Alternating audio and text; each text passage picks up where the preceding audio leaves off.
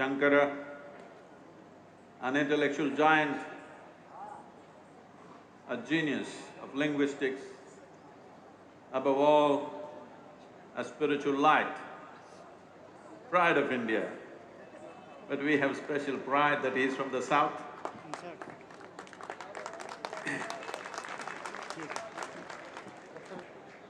A seamless sense of wisdom, knowledge, and a shining light for humanity. How do you produce such a man? Obviously, if someone has to show that level of wisdom at a very early age, in that brief span of life, he walked the length and breadth of this nation. We all came flying today, but he walked from the southern tip of India to here and further up and east and west. Where does this energy, where does this zest and where does this wisdom come from? Just to take one aspect, he comes from a village, today a small town called Kaladi. Kaladi literally means beneath the feet. This is the fundamental nature of this culture. Bharat means we always learnt how to be at the feet of the divine, to be Kaladi always. Not a culture of pumped up pomp, but a culture of natural piety. With this, just with this one aspect, we could produce great beings. This has been the tradition, this has been the culture of this nation, that not by being at the head, but being at the feet, we learned. By being at the feet, we evolved. By being at the feet, we blossomed. By being at the feet, we became shining lights to the rest of the world for a long time. It's once again time that we bring back this culture, we bring back this piety, we bring back this sense of humility, which has paid enormous dividend for this culture, that we learned how to bow down. Doesn't matter, it is a god or a man or a woman or a child or an animal or a tree or a rock, we learn to bow down to everything. This has been our strength, this has been our way, this has been the process and the method of our evolution and realization.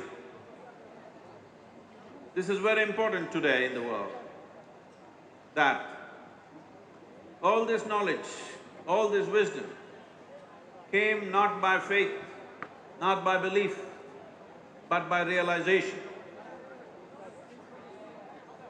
Well, 1,000 years ago, or well before Shankara, many have spoken, but the beauty of Shankara is the clarity, the intellectual clarity with which he expressed and the zest with which he spread it across the country. Many have said this before. Right from the time of Adiyogi, many yogis, many mystics, many sages, many saints have said this, but it is the absolute clarity of intellect and the zest and the energy to be able to bring it to a whole nation which makes Shankara stand out. Well, there are many aspects to this, but today, one thing that is important in this world is, unless the spiritual process in some way, if it does not run parallel to the scientific realizations that have happened,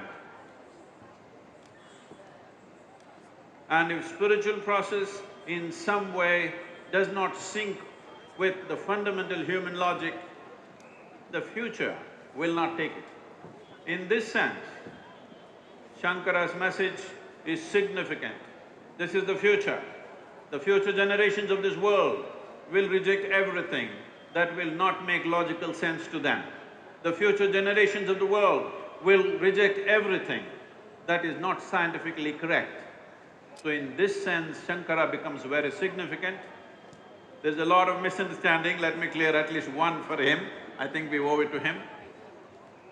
A lot of people go about saying, what is the nonsense he's talking? Because he said everything is Maya. So the way it is being interpreted is, Maya means it doesn't exist. Maya does not mean it does not exist. Maya means an illusion.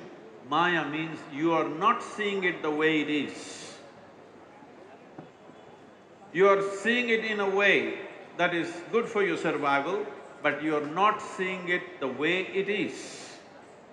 Today modern physics is telling you the entire universe is just a network of the one same energy. When we say Maya, here we are with this body which seems to be solid, but every day, because of the food that you eat, the water that you drink and the air that you breathe, 7% of this body is being exchanged on a daily basis. That means in 2 weeks, your entire body is gone and you have something new in the system. The atomic substance in this body, nearly 100% of it is gone in 1 year's time. This means every year you have a completely new body in a very fundamental sense. But in your experience, it looks like it's the same thing. This is the Maya. Similarly with the rest of the existence, the way you're seeing it, the way you're perceiving it, the way you're knowing the world through 5 senses is completely off the mark. This is the illusion. When we say a mirage, if you're driving on the road in the highway, you will see far away there seems to be water. Well, when you go there, definitely there is no water. This does not mean there was nothing there. There was some radiation which created this illusion. So this is Maya. What is one thing seems to be another thing. This is the Maya he was talking about. What you think is me is actually everything. This is the Maya. What you think is the other is actually you. What you think is everything is nothing too. That is the Maya he's talking about. Today modern science, after a long haul, has come parallel to what Shankara was talking and many sages of the past were talking. So this will be the future of this world. There's a very beautiful story in Mahabharata that all of you will know. I'm going back to Kaladi because we come from the south, we are at the feet of Bharat Mata. And it has paid off very beautifully for us in so many ways. You remember the story that every grandmother must have told you, that when Arjuna and Duryodhana went to seek support from Krishna for the Kurukshetra war, one stood at the head, the other chose to stand at the feet. That made everything. That decided. That afternoon, when Arjuna stood at the feet, he won the war. This is the significance of this nation, that by bowing down, we rise. We don't rise by elbowing our way. We rise because we bow down to everything. Because our essential nature is this, we are Kaladi. Shankara comes from the village called Kaladi. It is very, very symbolic and important.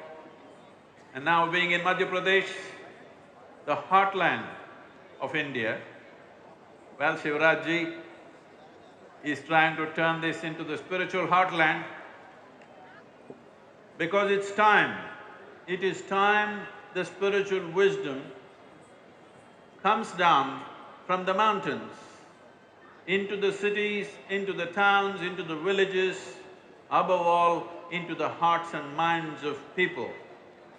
Because this is going to be the greatest treasure, this is going to be the future of this nation, and because of… if we do this one thing, the entire world will seek guidance from this nation. It's very wonderful today that once again they have reignited the spirit of Shankara in this part of the country. I'm sure it'll spread to the rest of the world. Thank you very much.